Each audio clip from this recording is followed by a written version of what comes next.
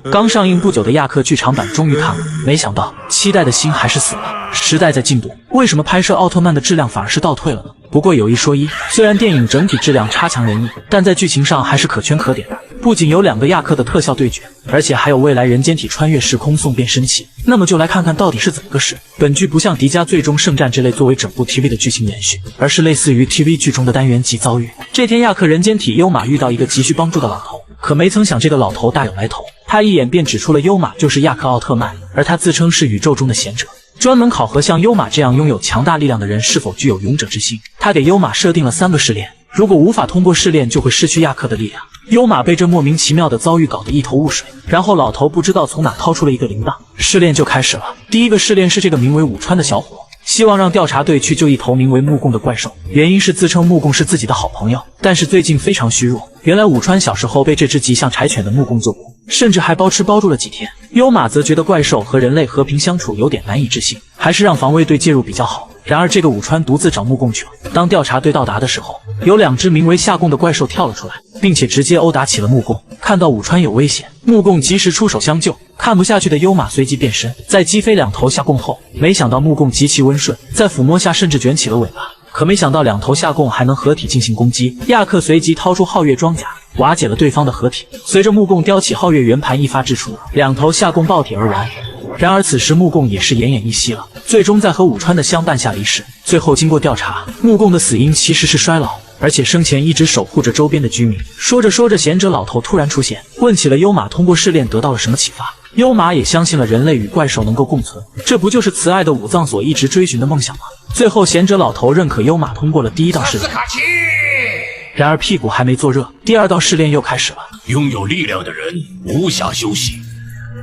时间又重置了回去，而试炼的目标是一颗名为加奇拉的植物，会寄生在人类体内操纵宿主的意识。然而刚刚介绍完，加奇拉就预感不妙，准备逃跑。随后研究所便开启生物危害防御系统，这不就是关卷联盟吗？随着加奇拉一阵电波攻击，室内电源被切断，陷入一片黑暗。在电力恢复之后，食堂分析出有人已经被加奇拉寄生，随后便开始了喝咖啡试验。因为加奇拉十分厌恶咖啡因，一定会出现排斥反应。果不其然，领喝了咖啡后直接现出了原形，开始 happy 了起来。优马则在厨房间变身亚克奥特曼，在室内对战加奇拉，可没想到居然被领一顿狂揍。但加奇拉最后还是忍受不了咖啡因，被领吐了出来。而亚克刚想发波解决加奇拉，却一把被领顶开，直接发射激光枪解决掉了加奇拉。最后优马也是在贤者的教导下得到了启发，拥有力量之人应当经常自省，时刻保持冷静。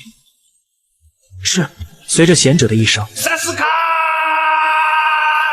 优马通过第2道试炼，最后就是压轴的第3道试炼，也是本剧的高燃片段。随着一阵铃铛声，时间再次重置，可没想到这回食堂收到了一个快递，而里面居然是一个诡异的雕像。但更令人意想不到是，这个雕像居然是食堂捏制的，而且接下来的事情更令人难以置信。食堂告诉优马，以前一位同事在与雷伯星人的战斗中不幸牺牲，食堂时常责备自己没能救下同事，最后便捏出了这个诡异的雕像。然而雕像的寄件人居然是殉职的同事，这明显就是有人在挑衅食堂。无独有偶，此时城市中出现了一头怪兽，人类防卫军的飞机坦克齐齐出动，然而无一例外全都被摧毁。而调查队刚要出发，却被一阵彩色烟雾袭击。优马醒来的时候已经身处奇怪的空间之中，此时出现一个尖嘴的雷伯星人，他不仅知晓优马的身份，甚至一个声波就直接将优马的变身器夺走了。而在另一空间中，食堂也醒了过来，原来这一切全都是雷伯星人的阴谋，就是为了让食堂堕入黑暗。只见那个雕像变成了黑色魔方，随即在雷伯星人的控制下，食堂被强迫变身，黑色亚克就此登场。而此前还在迷雾中的优马被突然出现的一只手带回了现实。在蒙面人的告知下，优马得知了黑色亚克便是自己的好基友食堂中。然而更意想不到的是，蒙面人掏出了变身器，一脸懵逼的优马随即开始了变身，这标志性的甩头姿势把我看尴尬了。随后就是2个亚克的精彩对决，可没想到2人的动作几乎一模一样，请大家自行体会。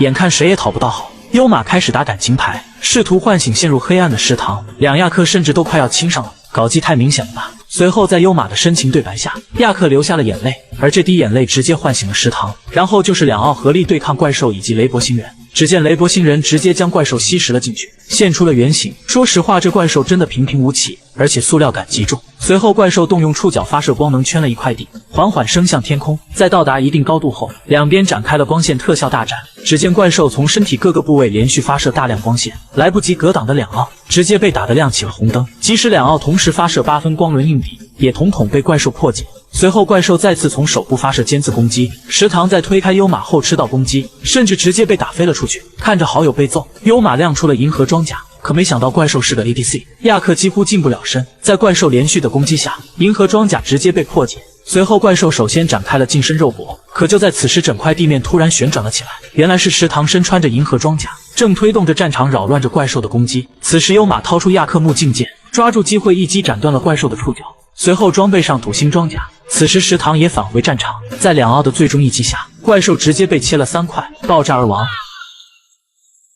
没了怪兽的牵引，整个战场即将坠落地面。两个亚克随即开始了骚操作，心领神会之下，两奥互相发射光线，在对波的缓冲下延缓了地块的下坠。紧接着，在两奥的合力推举下，稳稳将地块嵌入到了地面之中。危机解除，石堂和优马躺在天台之上，变身器也回到了优马体内，而另一个变身器也回到了蒙面人面前。而他的身份也终于揭晓，居然是来自未来的优马。没想到是贤者老头在暗地里帮助优马，而未来的优马也将新得到的启发告知了贤者。只要身边有无可代替的朋友，无论前方有多大的苦难，我都能向着前方一直奔跑下去。